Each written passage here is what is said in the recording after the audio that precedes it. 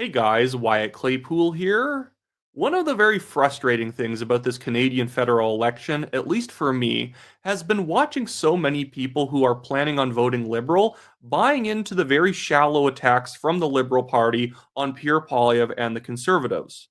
Frankly, if someone is planning on voting Liberal, they should be confronted with the fact that the Liberals have been mostly just making shallow, petty personal attacks on Pierre Poilievre the entire time, while the Conservatives have mostly been going after Mark Carney and the Liberals for their record in government, as well as what they plan to do with a fourth term. I think those two things contrast very well for the Conservatives. They are focused on policy and results. The Liberals are focused on vague connections to Donald Trump and going after the Conservatives for things that they are obviously not going to do. Every single federal election since Trudeau's been around and now with Mark Carney, the Liberals have pretended that the Conservatives are planning on cutting your CPP, getting rid of public health care, and they're also going to push your mother down the stairs just for good measure. It's maddening that this actually does work on a certain type of voter who sits around watching way too much legacy media where the talking heads repeat this over and over again as if it's even close to reality. Have you ever seen a party in Canadian history run against healthcare, running against spending more on healthcare?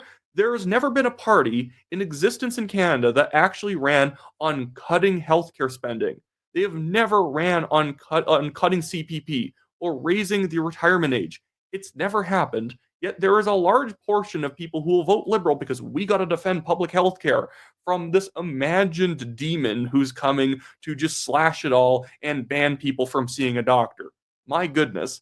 But I want to go over some of this stuff with you guys today because it's frustrating for me and it's probably frustrating for you. So I want to work our way through it just so we can kind of digest the ridiculousness of it. And again, if you have any people who are voting Liberal in your life, ask them about the contrast between how the Conservatives critique the Liberals and Liberals critique the Conservatives. Because I think it's very enlightening to look at that for many people and realize that they're voting for the party who is effectively running for class president by saying that they're going to ban homework. My goodness. Anyways, before I get into this, guys, make sure to hit the like button on this video if you've been liking my federal election coverage, subscribe to the channel if you are not yet a subscriber, and leave a comment on the topic of the day. What has been the most frustrating attack on the Conservatives from the Liberals, in your opinion? Anyways, here is a video of Mark Carney critiquing the Conservatives' platform, and it seems like it's actually going to be substantive. He's going after the platform. What's in the platform that is so offensive to Mark Carney? And it's very shallow, as we are going to see. The Conservative plan makes it up. It literally makes it up. It says that growth will come from somewhere, even though there's no plan to address the biggest risk to our economy, the U.S. Those two things don't actually match up. That's not a critique. Well, how are they going to get the growth if they don't address the biggest threat to our economy, the United States? One, the Conservative platform does. It talks about its counter tariff plans and whatnot. But the main reason the Conservatives can be confident there will be economic growth is because they are going to cut regulations, taxes, and they are going to fast track new natural resource projects. It would be impossible doing those things to not achieve higher growth. But he's just pretending because they're not addressing Donald Trump, the Conservatives can't achieve growth. That's not, it's hard for me to even state how much that doesn't make sense. Those two things are different topics.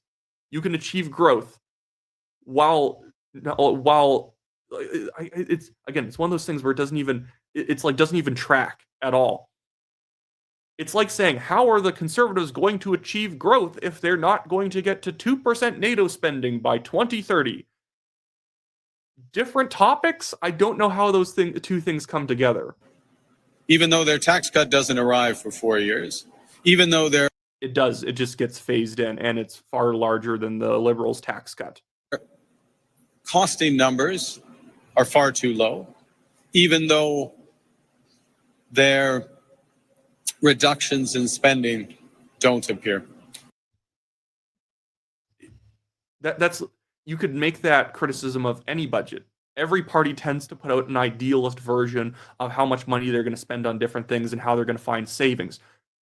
Carney, in his own budget, where he wants to add $130 billion of new spending over 4 years to what Trudeau was already doing. In fact, this is effectively just Trudeau's 2025 platform that they controlled F and just removed the name Justin Trudeau and replaced it with Mark Carney in his platform, they're expecting to find $28 billion in savings through efficiencies in order to offset the cost of the new spending.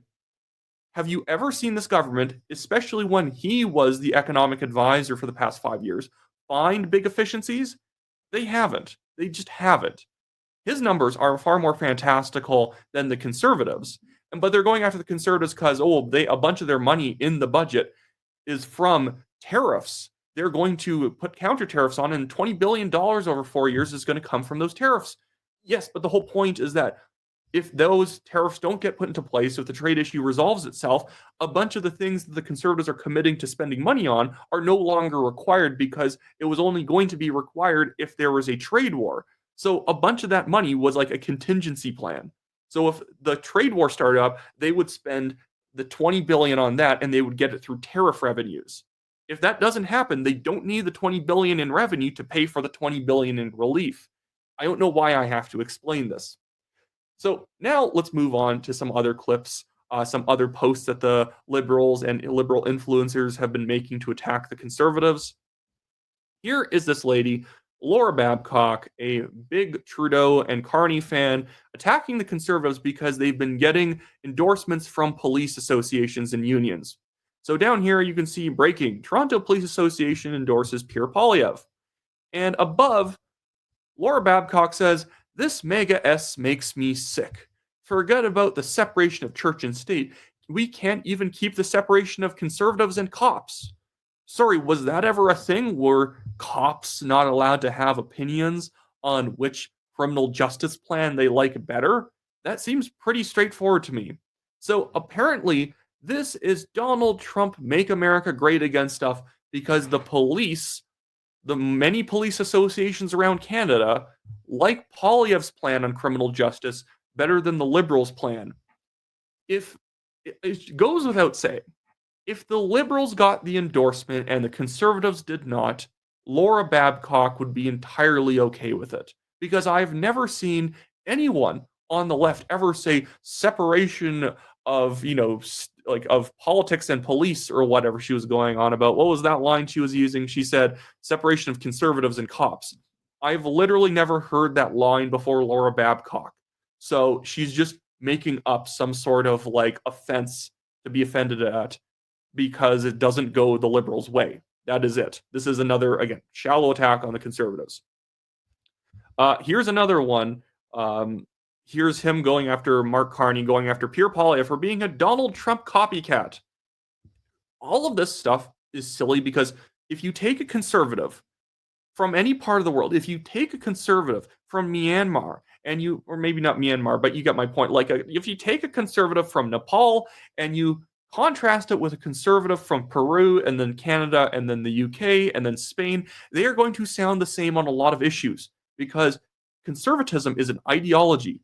And outside of places where conservatism means a very different thing, again, I actually brought up Myanmar for a reason because conservative might be like an Islamist or something like that. Generally, conservatives are going to be like free market. They're going to want generally smaller government, less regulations. They're not going to like social progressivism overall, or at least state-enforced social progressivism in certain institutions. So when they keep saying, "Oh, he's copying Trump," you mean they're conservatives? They aren't even exactly alike. There's not many people on planet Earth like Donald Trump, but acting like, "Oh my goodness, these two people are the same." If you're being honest, you'd be like, "Oh my goodness, these two people are conservatives." You have to distinguish between what you can change and what you can't. What you can change and what you can't. And after 78 years, I don't think we can change President Trump. So what we need is a leader and a party that can stand up to him.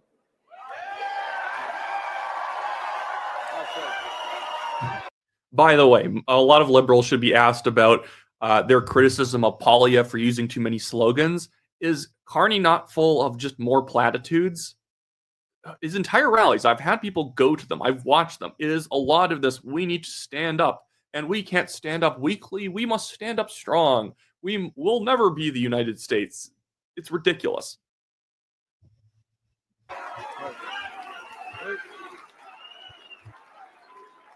That leader is not Pierre Poilievre. No. He draws his inspiration. He draws his inspiration from President Trump. He copies his ideas. His first instinct, Poilievre's first instinct when our nation was attacked was to call Canada stupid. That didn't happen. I hate this. This has been one of the dumbest lines. They've literally made billboards out of it, saying that Poilievre said it's not the Americans' fault. Canada's stupid, and he's making the point that Canada has been losing on trade and losing economic power to the U.S. for years now, and it's not because the Americans have been stealing it. It's because the Canadian policy in Canada sucks for economic growth. It sucks for businesses, sucks for natural resources. That's his point. And Carney has this lie where like Poilievre was basically saying, oh yeah, the Americans are right on the trade issue. That's not been his point. His point is that overall, if you are looking at the economic problems of Canada, it really doesn't have to do with the United States. It has to do with domestic policy. It was our fault. Pierre Poilievre even chooses to be willfully blind to the growing threats facing Canada by refusing, for some reason, to get his security clearance.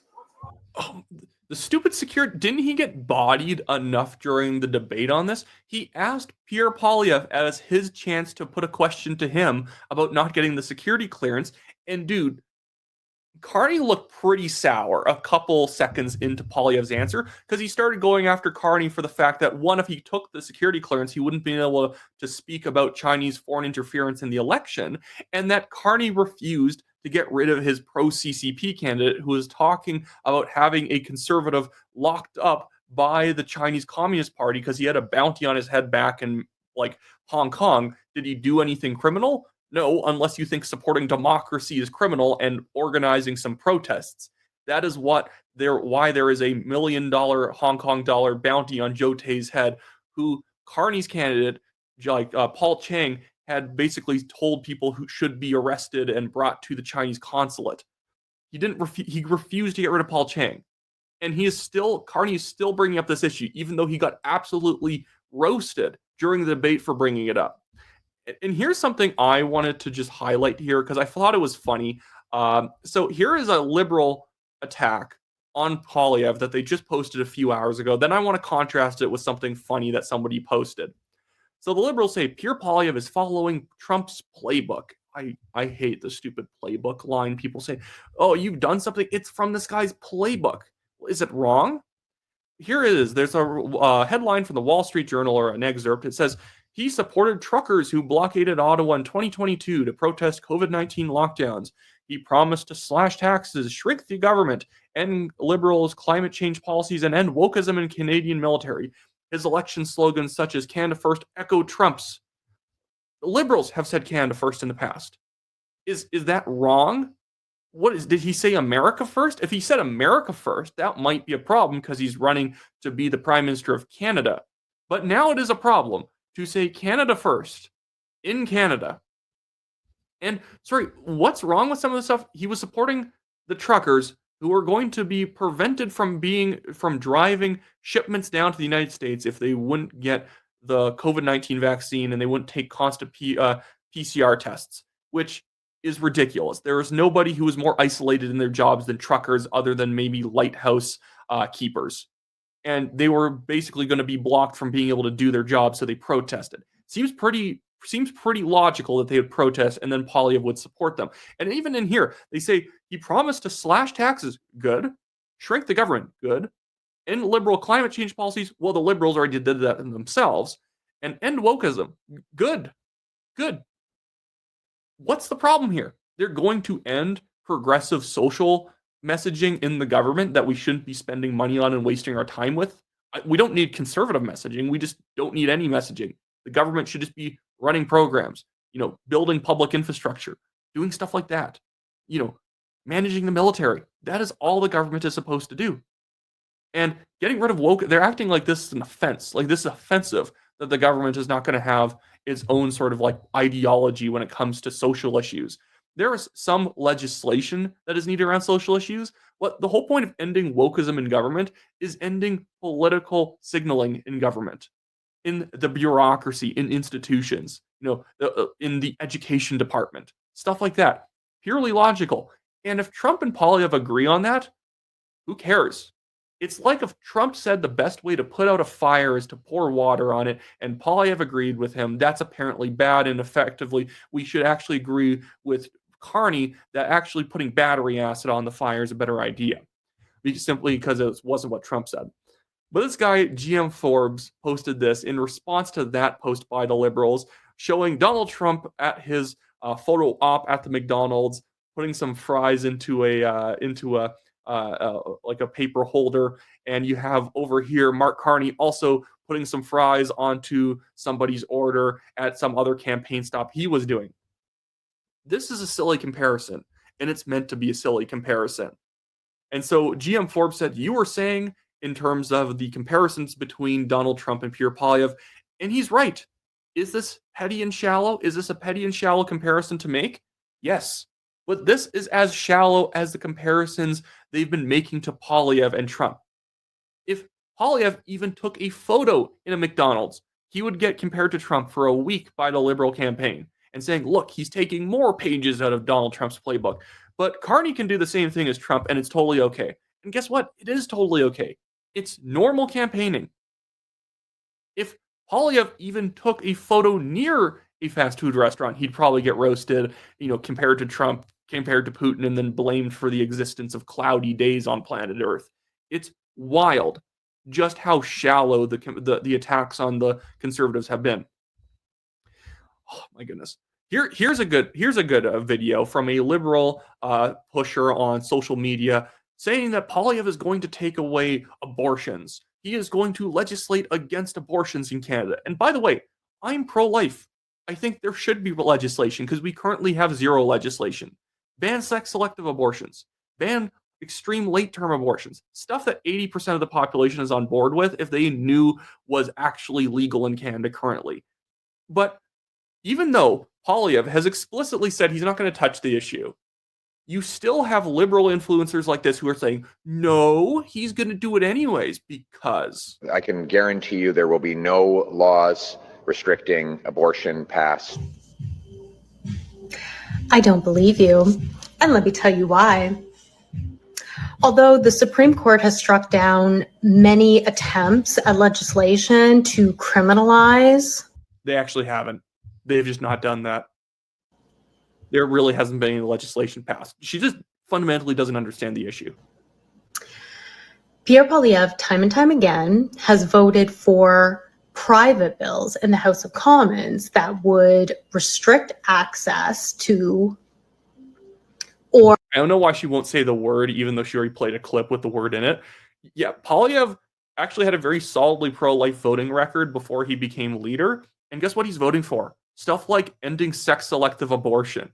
Things like having increased sentencing for people who kill or assault pregnant women and cause them, like, obviously, if the woman dies, the baby would die too, or causing a miscarriage by assaulting her. Very sensible policies that I think people would be shocked that the Liberals and the NDP and the Greens and the Bloc all voted against that. I've said this before. That's not even like, oh, I'm pro-life, you're pro-choice. That's just like goblin behavior. Melissa Lantsman, Michelle Rempel, a bunch of well-known red Tories in the party voted, like on social issues, they tend to be more progressive. They voted in favor of that stuff for increased sentencing because it's such an obvious thing to do. But the Liberals are so pro-abortion. They're not just in favor of access. They are pro-abortion. They couldn't even vote to recognize that there is actual loss in somebody being assaulted and miscarrying when they did not want to. But this person is going to project this as they're going to, Handmaid's Tale. It's going to be the Handmaid's Tale if Poilievre wins. Or make it difficult for women to have access to it. I have a huge issue with that, considering that if this government is elected, although they can't change the legislation, what they can do is control the funding, making it difficult. How does that make it difficult? The fun that the government, a taxpayer doesn't have to pay for it? That makes it difficult. Apparently, the government is currently making it difficult for me to have a car because they're not paying for my car. The government is making it difficult for me to own a house because they're not paying for my house. That is not how things work in reality. For women to have access to these services. And that is a true threat to women's health rights, which is why I will never be voting for you, sir. It's not a right to have people pay for things for you. That is delusional left-wing thinking, that rights are actually things the government must provide you. You have a right to housing. You have a right to abortion care. You have a right to like other things. You have a right to all these other things that you're supposed to go get for yourself as a responsible adult. Obviously, things like housing could be a right for people who genuinely cannot provide it for themselves. That's fine. But whenever you start to just make things rights that any reasonable person, any functional person should be able to go get for themselves, it ends up destroying society because now everyone is a taker and not actually somebody who makes and provides services and resources. But that should probably be obvious for all of you in the audience. Here's another guy going after the conservatives. And he is talking about how, we gotta say no to fascism in Canada, apparently. Guys, we gotta say no to fascism. I believe this is a liberal influencer, it might be NDP, who knows. I believe so. How the person set this clip up? They say, everything Dan Megan says, say no to fascism and uncertainty, vote Mark Carney. Oh my goodness. Quick reminder, Canada, that April 28th is our national election. It's also my birthday. I will be voting for sovereignty, cultural sovereignty, political sovereignty, for the arts, for culture, for CBC, for climate. It's sovereignty by taking taxpayer money and giving it to the deeply uncreative and untalented people who work at the CBC. Because we need more CBC gem shows, apparently. Have you guys ever sat through a CBC gem show? It's akin to torture. It is actually the least funny thing you've seen in your life if you try and watch a gem comedy. In fact, probably the dramas are funnier because of the terrible acting.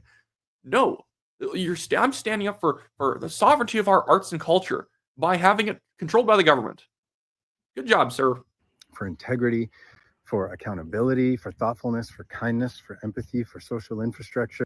Oh my goodness, guys, we have to vote Carney, or we're gonna have empathy leave the country. What is this? We're gonna have empathy leave. I got to get back to that. Also, I like to be down here a little bit more on screen. I have to hear that again. For accountability, for thoughtfulness, for kindness, for... Guys, you can't be thoughtful if Pierre Poilievre becomes the prime minister. Thoughtfulness will be banned. Empathy will be banned. Kindness will be banned. Empathy, for social infrastructure. I will voting against fascism. What is social infrastructure? Oh, he's voting against fascism, guys. What a hero. Against this creeping alpha incel BS, fake manosphere garbage, paper thin skinned, volatility driven meme stock politicians on the right who are... Did this guy swallow a thesaurus or something before he made this video? I don't know what he's even getting at here. Poilievre and the manosphere. What, did he start campaigning with Andrew Tate and I didn't notice? Are only relevant if the water is choppy. Let's be done with it. Holy shit. Can we move on from this garbage? What is the bottom of this barrel? And can we lift to a version of humanity that is some sort of shared truth about what is real? Do not want what's happening in the States, happening in Canada. Constant threat to everything. Markets tumbling, constant chaos, division. Sorry, did they not care about the economy failing over the past 10 years? Did they not care about the GDP per capita going down over the past 5 years? This is why I consider an aesthetic voter.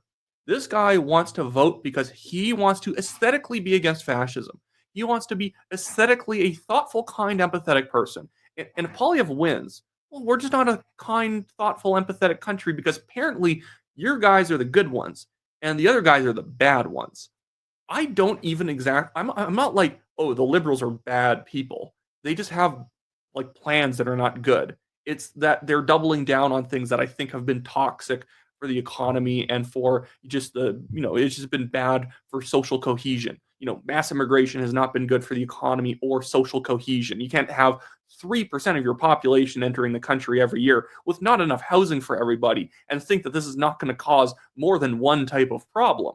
But no, we need to stand up for fascism, guys, because Pierre Poilievre, a man who wants to shrink government and give you back some of your own money, he is representing fascism, apparently, because Benito Mussolini was famous for reducing the size of government. Fear-mongering. We can make a choice in Canada. Poilievre is dangerous. He's Maple MAGA. He will get the copper wiring out of the walls of this country and sell it. Canada is at a He's going to gut the copper wiring out of the walls of the country. total crossroads. The Liberal Party is not perfect. Carney is not perfect, but he is an adult. Poilievre's not an adult. You can't vote for him. He's not even an adult. At the table, he doesn't thrive on chaos. He can consider an answer and thoughtfully explain it like an adult. Luckily, there are Poilievre, the man who does long-form interviews, cannot put a coherent thought together. But Carney, the man who has not done a long-form interview this entire election, he's your ticket. The man who we literally have an and ah counter for in some of the videos because he is so bad at articulating himself in press conferences. That guy, if you're looking for someone to lay down a thought, like a carpenter laying down boards, you want Mark Carney. are tools you can use to figure out who in your riding has the best chance of beating your local Conservative. So we're not splitting the vote. We can vote strategically. 338 Canada or Vote Well. There's a few other ones. Check it out. Do some research. Figure out who in your riding between the Greens, the NDP, or the Liberal, of course, has the best chance. As soon as you are talking about strategic voting like this, I don't respect you. You don't have any opinion worth respecting because you are saying I don't even care who you vote for. I don't care what ideology it is, what their platform is, what they say on different issues. It's all equal. It's because he's created a fake political system in his head where there is the good and there is the bad. Even though the people on the side of the good have wildly contrasting views on certain issues, like the Greens and the NDP just being the wildly pro-Hamas party, the Liberals being the ones who pat them on the head. By the way, apparently that's part of kindness, empathy, and thoughtfulness is tut-tutting the Hamas, basically saying, guys, stop killing Jewish people. Thanks. But we're still going to fund UNRWA and all these other organizations that you guys are basically just using as go-betweens to get resources for your terrorist activities. And nuts that like people can actually think this way. The pro-terror parties, the parties who refuse to call out terrorism, those ones are the ones who basically condemn Israel every single time something happens in the Middle East. And never have a terse word for Hamas unless they just murdered a bunch of people. Those are the people representing thoughtfulness and kindness. Anyways, okay, here's another post by the Liberal Party of Canada, or actually it's Carney Media, but it's from the Liberal Party. And they say, Pierre Poilievre says he'll end woke culture in the military. We've seen that movie before. And then you have a headline here from AFP says, Trump fires first woman to lead a U.S. military service. Is that necessarily a bad thing? Did he fire her for being a woman, or was she fired for not being good at her job? It's like if you say they fired a man for doing something, and I'm supposed to be mad about it because, oh my goodness, I can't believe they fired a man. What happened? And then Toronto Sun here says, Poilievre promises to end woke culture in military. Good. Our current military acts more like an HR department, and it's an HR department with a few more firearms. That is literally what the military is at this point. We have no ability to deploy troops anywhere. I've heard that the military readiness for reserves is about maybe 30%. Most of them could not actually be deployed in a war zone. There's a reason why, and I feel bad for them because it's not their fault. There's a reason why there was a parade in Edmonton on Canada Day where you saw troops who couldn't even march in line properly. And it's not their fault. It's the leadership of the military. It's the priorities. And it's the priorities specifically of the political side of the military, which is the Liberal government, because they don't care about readiness. They don't care about having offensive power. We don't have any offensive power. We couldn't even get our planes off the ground these days. Oh. Here is Mark Carney once again going after Poilievre for, oh, actually, this is just the same, it's actually a different event. Now I'm confused. So he's just repeating the same line about Trump never changing and that we need somebody who doesn't copy Donald Trump. We can't, I don't think, change President Trump. 78 years in, I don't think we're going to change him. So we need a leader. We need a leader who can stand up to him. Yeah. What does that mean, bro? What do you think? Poilievre's just going to be like, just have Saskatchewan. Just do it. Just take Saskatchewan. What's Mark Carney? He's going to stand up, and he's going to stand up strong. What does any of this even mean? And that's not...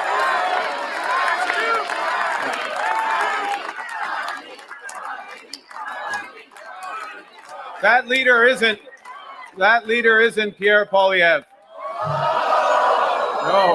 No. He draws his inspiration from Trump. He mimics Trump. When has Poilievre ever cited Trump? When has he ever cited him as a positive? It's never happened. But for the Liberals to win this election, they need you to believe that it's happened. Anyways, so that should be it for this video, guys. I will be back later today, maybe with an update on how the electoral map is looking and what the paths to victory look like for the Conservatives and for the Liberal Party. It is an extremely tight election. I could even see this election ending with the Liberals and Conservatives only being separated by a few seats, and in which we will be basically thrown into utter chaos when it comes to the makeup of Parliament. But anyway, so make sure you guys like this video, subscribe to the channel if you're not yet a subscriber, leave a comment, do all that great stuff. Helps me in the algorithm, and I do like to read people's comments over the next few days. And, thanks for all the support, guys, and I'll see you next time.